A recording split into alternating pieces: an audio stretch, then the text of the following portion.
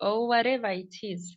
All those are planned children, because I have very many examples of people who are responsible and very useful in our communities, whose births did not come very well, maybe from our wedded family, or what. Some of them were rape cases, others were what. But that is quite a lot, something for us to think about. And I'm going to pray for you that the Holy Spirit will speak through you and will minister to you as you plan for that.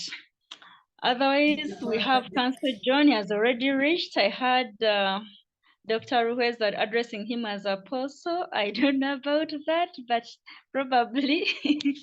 Counsel John, you're very welcome. We have exactly 25 minutes to the top of the hour. We've been waiting for you, and all these different people filled in. We had Dr. Pofia talk to us. We had Aunt Cecilia speak to us.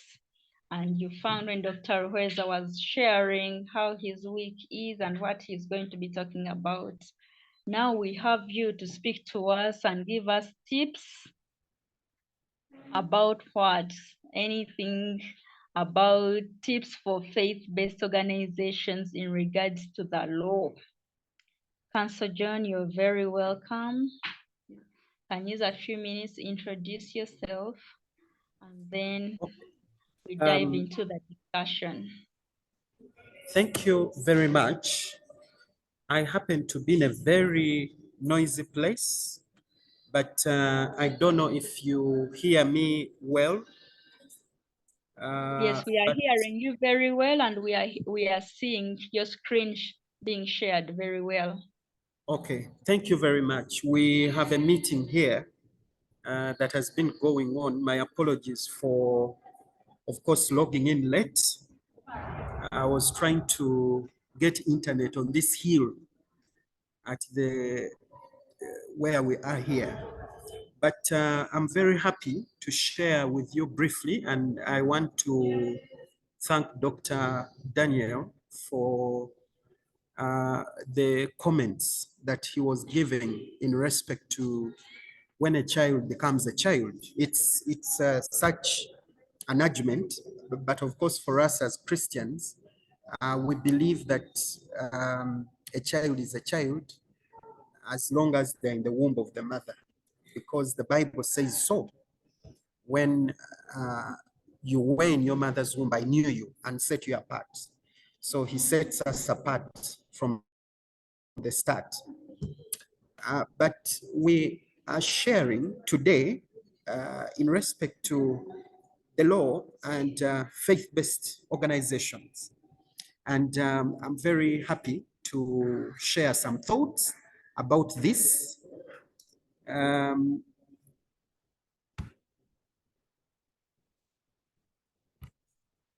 So first and foremost, in respect to our discussion today, I think we need to understand what faith-based organizations are and also the scope of our interaction today.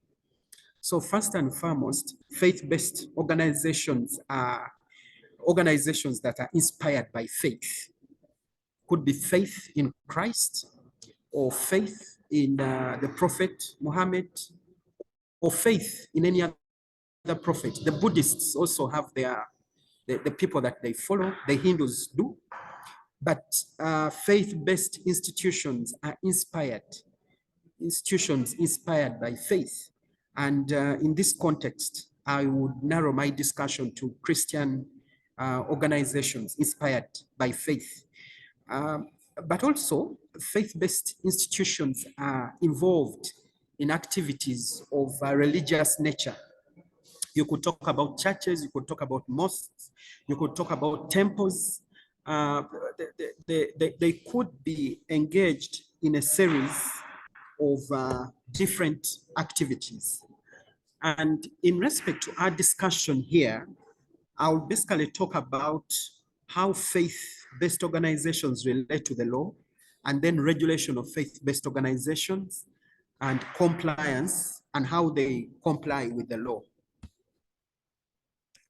So the Constitution of the Republic of Uganda is amended under Article 7, provides that Uganda is a secular state and shall not adopt a state religion. Now, that is very important for us to note. But also, religion and religious institutions are encouraged in several national, legal, planning, and regulatory frameworks. So many frameworks talk about religion and they talk about religious institutions. For instance, Uganda's 1995 constitution under Article 29, and that is, yes, Article 29 of the Constitution, I believe that is Chapter 4 of the Constitution, provides for freedom of worship, which allows establishment of worship centers in any part of the country. So in respect to activities of religious nature, people are free to set up any place of worship. People are free to set up any organization in any area of their choice. So a secular state, in brief, a secular state is one that does not consider anyone's religion as an official religion. And a secular state also treats all its citizens equally, regardless of religion. No religion can then suppress another. No member of a religion can be segregated for any reason, and no state machinery can interfere in any affairs of any religion. So I think that is for us to think whether this is the reality in our country. Is it true that there is no religious institution that suppresses the other? Is it true that no religion can be segregated for any reason? And is it true that no state machinery can interfere with the affairs of any religion? When we talk about state machinery, like the police, can they interfere with worship? You know, the army, are there circumstances where they can interfere with worship? Those are things that we need to think about. Now, when the state, always in our preamble, but also the preamble, the constitution of Uganda, but also when people are taking oath of office, we swear to God. So when a state allows for God to be mentioned and included in an oath of office, it means that the constitution may explicitly state it is secular, but has allowed for certain officials to swear before God in the official oath of office, which is included in the constitution. So again, here you see elements of godliness in our constitution, but also when people are taking oath of office, they swear allegiance to the state, but also to government. Special relationship, Uganda's Uganda government relationship with regions. Special relationship is a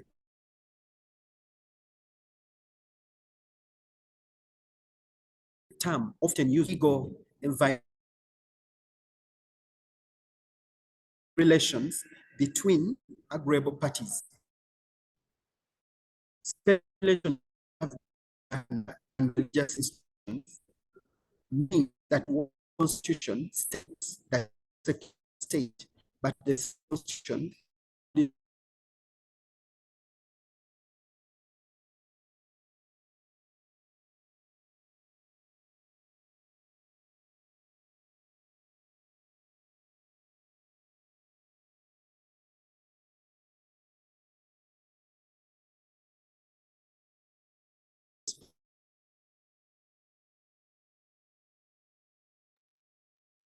I don't know whether it's my internet or something, but I'm not hearing I Counsel was John. also wondering the same. I was fearing to ask. I thought it was mine.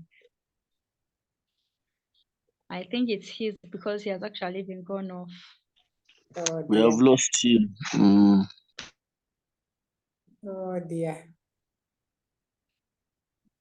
But he had already mentioned things that are worthy. Yeah, in his absence, maybe I could say that as he comes back. So what I know is that He's is he actually back? back. Yes. Awesome, awesome. Okay, let me pick up from here. So I was talking about the special relationship that the religious enjoy with government.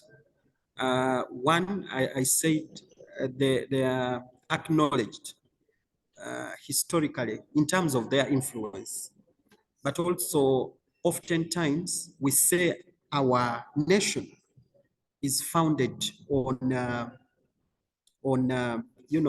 religious values and principles, and so as such, God is mentioned in the national anthem, the coat of arms, holding religious festivals and holidays in high esteem.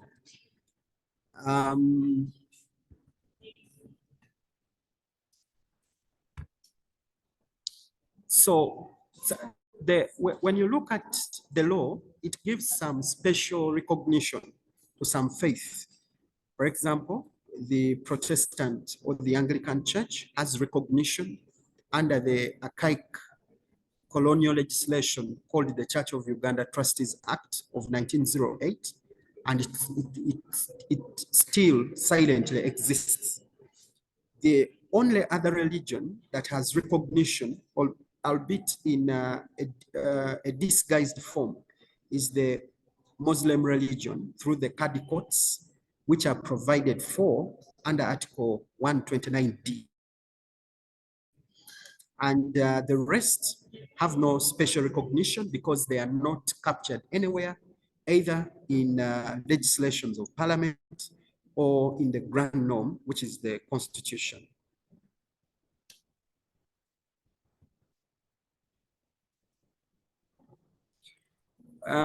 So while the faith-based organizations are free to exist, they are supposed to register and they are supposed to comply with the law that they are registering under. So if they register under the Trustees Incorporation Act, then they are supposed to comply with that act. If they register under the Companies Act, they're supposed to comply with that act. If they register under the NGO Act, they're supposed to comply with that act. So the Anglican, Catholics, and Orthodox decided to register as trustees under the Trustship Incorporation Act. I know that some Pentecostal churches are all now adopting the Trustees Incorporation Act, which is a very key development. And then the Muslim faith, the Balokole, the born agains, and the Seventh-day Adventists are registered under the Companies Act, or most of them incorporate under the Companies Act, while most independent churches are registered as non-government organizations. But what is key to mention is that the NGO regulation and the NGO Act 2017 included faith-based organizations for registering non-organizations. Is that if it is only church, people coming to fellowship, people coming to pray, or it's a mosque, people going for Juma, or people going to the for activities, then they are not obligated to comply with the NGO, the NGO framework.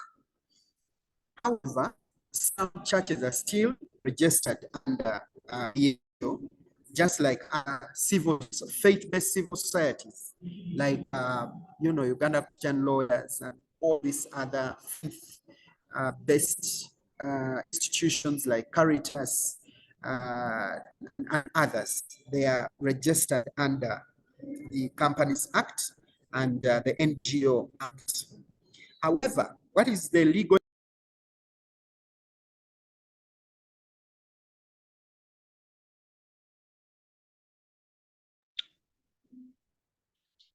We lost him again.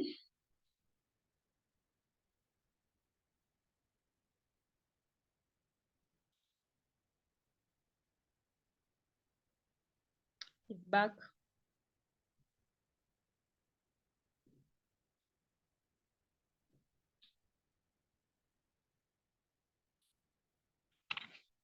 Councillor John, you're muted. Okay, thank you. I'd actually gone off because of the net here is very but so I was saying that those who are registered under the NGO Act are commonly referred to as Banachewa. In other words, they are there for charity. Those registered under the Companies Act or either limited by guarantee, they are always referred to as traders, abasubuzi. And then those registered Trustees Corporation Act are landowners. So they are called the landowners. So it seems the law goes on to declare some as landowners. So compliant state laws, based organizations are supposed to observe all laws by the state on their activities and their operations.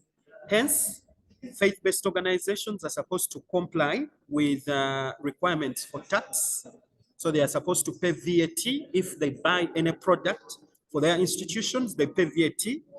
But if they also have staff, they are supposed to pay as you earn. But most of our churches pay this pay as you earn, yet they actually employ staff. So I think that is an anomaly on their side. And then they are also supposed to file for income tax, even if they are tax exempt in terms of paying income tax, because they are non-profit institutions. They are supposed to file what we call zero rated. Then, of course, also the issue of social security compliance, that is NSSF, filing of returns for the company registry and the NGO bureau. And then there is also this thing called the local service tax for the KCCA, municipal, and the city councils. And then the operational permits. These are basically Ministry of Gender recommendation, especially when you're doing the process for registration of an NGO. Yeah, that's what I have to say in respect to today's topic, what was assigned to me. I would be happy to get any comments from you. Thank you very much. I apologize for the noise. I'm somewhere, and I think people are almost praying. Thank you. Okay, thank you so much, Councillor John. That was a few minutes of filled with a lot of information. If anyone has a question, a comment for Councillor John, please, you can unmute or you can put in the chat, because these are things that we didn't know. I didn't know about the churches having to file and do all these things, but yet actually when you think through it, they actually should, because they have so many people they employ, they take care of, you know, and that was very, very informing and informative. Anybody? Sunday, are you saying anything? Yeah. I wanted him to clarify something small. On registration of the recognition, I mean, of only the Church of Uganda and the Muslim faith. So what about the Catholic Church? The Catholic Church is completely different from those two? Okay, now, when you look at our laws, those that are directly mentioned in the law is by law is the Anglican Church, and by virtue of that act, and also the Courts. So impliedly, that is talking about the Muslim religion and the operation of course, Sharia law, something like. We don't see any other legislation directed to or speaking directly about a religious institution. But as I said earlier, the Catholic Church, the Orthodox Church, the Anglican Church, they are all incorporated or registered under the Trustees Incorporation Act, and the other independent churches are registered under the Companies Act or the NGO Act. Yeah, so there is no particular separate legislation apart from these two that I've highlighted that speak about faith or faith, either impliedly or explicitly. Thank you. I hope I've answered. Yeah. So, and with the NGO Act, where I think most of the born-again churches are registered, what is the most likelihood for legal implications in terms of the days ahead? Maybe you never know whether somebody else will come up and declare that the only two religions recognized by government of Uganda is the Church of Uganda and the Muslims. What should the churches now be doing? Should there be an advocacy to recognize at least some born-again churches? How would one tackle such?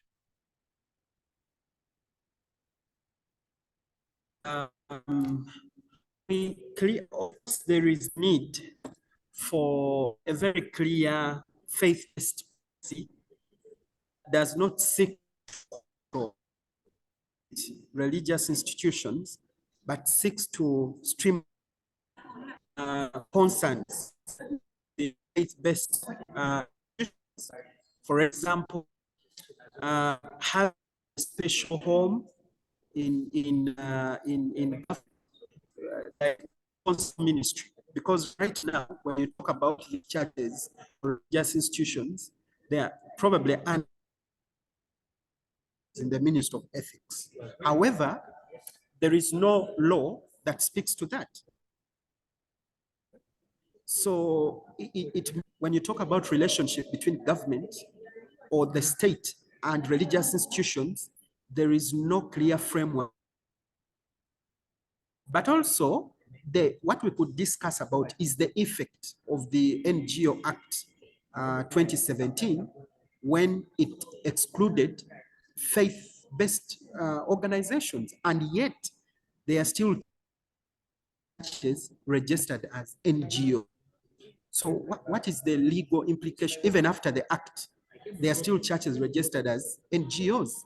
But also, for example, if a church has a missionary who is visiting and the missionary needs a volunteer work permit, she has come in as a missionary and wants to work for maybe Church of Uganda or wants to work for PAG, Assemblies of God.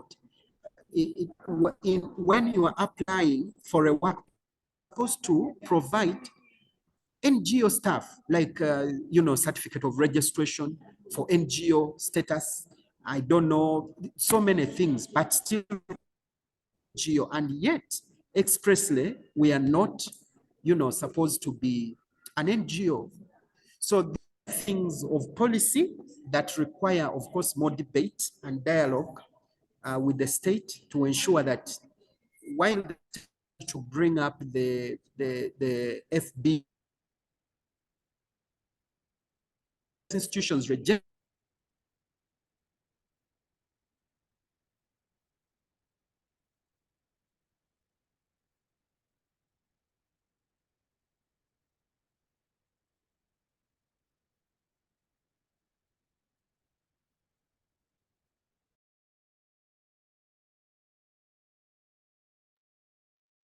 something like that. Yeah. Thank you. I don't know whether it's me, but we missed the last bits. Where did we stop from? We can't even tell now. Maybe you just repeat the last paragraph you spoke. Okay, so what I was saying is that we probably need to we need a special law to cater for faith institutions. There are many things happening in society today, but there seems to be no way for government, and engage with faith-based institutions. For example, I talked about the fact that we are supposed to be under the Directorate of Religious Affairs in the Ministry of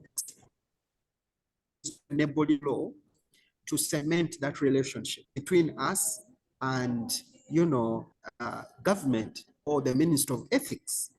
So there has a special law called Faith-Based Institution Act, something like that, stipulating and providing for registration of these faith-based organizations and,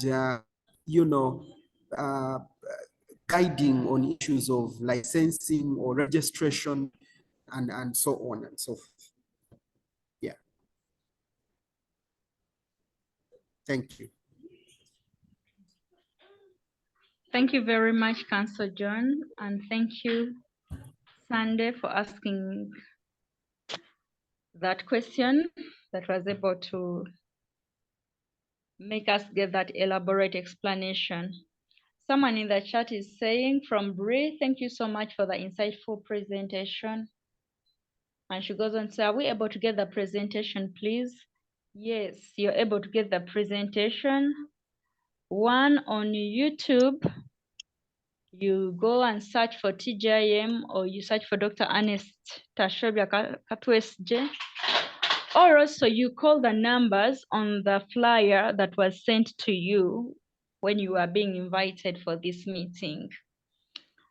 It's already top of the hour, 2 o'clock. Maybe I would love to hear from Dr. Cecilia. I don't know what to call her. Sometimes I call her Dr. Cecilia, sometimes I call her Aunt Cecilia. Either way, both of them. Yes, because she said she was so much intrigued to hear about today's discussion, and I want to hear from her. How did it go for her? And then we shall close. Thank you. Thank you so much for the presentation. And thank you, Grace, for the opportunity to say something. Yes, it was integrating, but it's unfortunate that the time has been a bit short. It was good to hear the background of where we are coming from, especially that fact of saying that it's only the Protestants that and the Muslims that are legally recognized, were legally recognized from the time of the colonial days. Yes, and my other center of interest came when it was highlighted that there are FBOs that are registered under the Companies Acts. There are those who are registered under trustees and those under NGOs. Now, he mentioned that the trustees are those who are landowners, and yet he also said it was mainly I think the Protestant and the Orthodox Muslims who are registered as trustees. And yet we see like the Catholic Church, they have a lot of land. And many Pentecostal churches also own a lot of land. I don't know whether those lands are now registered under personal names. And then when the NGO Act of 2017 came in, most of the upcoming FBOs now registered under the Companies Acts. And they're considered, according to the presentation, to be traders. And yet we see that many of them are involved in charity activities. So I felt like this part of the presentation needed a little more of exposition. I don't know whether it is possible to have another presentation where this is expounded and then questions are asked and we get to know what it implies if you are, for example, registered under the Companies Act, yet you are owning land as an organization, and also you are involved in charity, what would it imply? And it reached a certain point that people would say, you first start by registering under the Companies Act, then you can proceed to become an NGO later on. And then some people say that is not necessary. Once you register under the Companies Act, you can go ahead and operate. So there's a lot of confusion around that among the FBOs, especially those who have registered maybe since 2017. So it would have been good to hear more about that. I don't know whether we have time for it. Yeah. Thank you very much, Mama, for that insight. It is very true what you're talking about. Initially, when we were registering churches, we required them to first incorporate under the Companies Act and then incorporate under the NGO Act. But what happened is that not all churches were doing NGO-related work. They were strictly doing fellowships, they were strictly doing church services. And now, when you go to the NGO Bureau to renew your permit, they ask you for, a report, a report of other things. They don't ask you for the report of fellowship or the number of. They want to know how many schools did you open or how many hospitals open. So it was a challenge, still a challenge. But I think what government has done is already a start to kickstart the process of the law, but also the system. We hope for the best. And we can have more of these discussions later because I see it's past 2. And yeah, especially the legal effect now. If you're registered as an NGO, if you're registered as a company, what is the legal effect? We can discuss that. Thank you. Okay, thank you so much, Counsel John. And yes, as Auntie Cecilia said, we had short time and then had so much to take in and to think through. But we shall liaise with Counsel John and with Dr. Ernest, and we see whether these two can still give us more about this. And because this was, should I say, something very packed and too much to chew on. And yet it is very insightful. We need to know so much about this, and people have a number of questions. But we are grateful. Thank you so much, Counsel John. Counsel John didn't introduce himself, but he's a counsel, like you hear the title, but he's also the manager, East African Affairs, Interreligious Council of Uganda. And the man apostle. Yes, and they said you're an apostle, and now you're confirming it. And Yes. Counsel John is also telling us that we can get copies of his presentation from Dr. Ernest. Like I said, on the flyer, there are those numbers.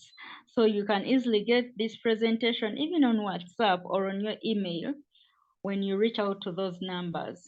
Thank you so much, Counsel John, Apostle John. Thank you for taking us through this.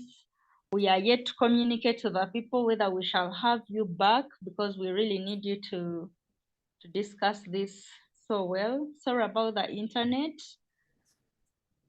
And thank you everyone that has been able to join us. May the Lord bless you. Indeed, thank God it's Monday. Thank you. Thank you so much.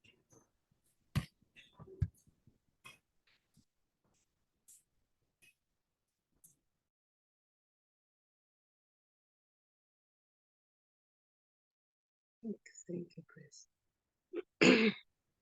God bless you.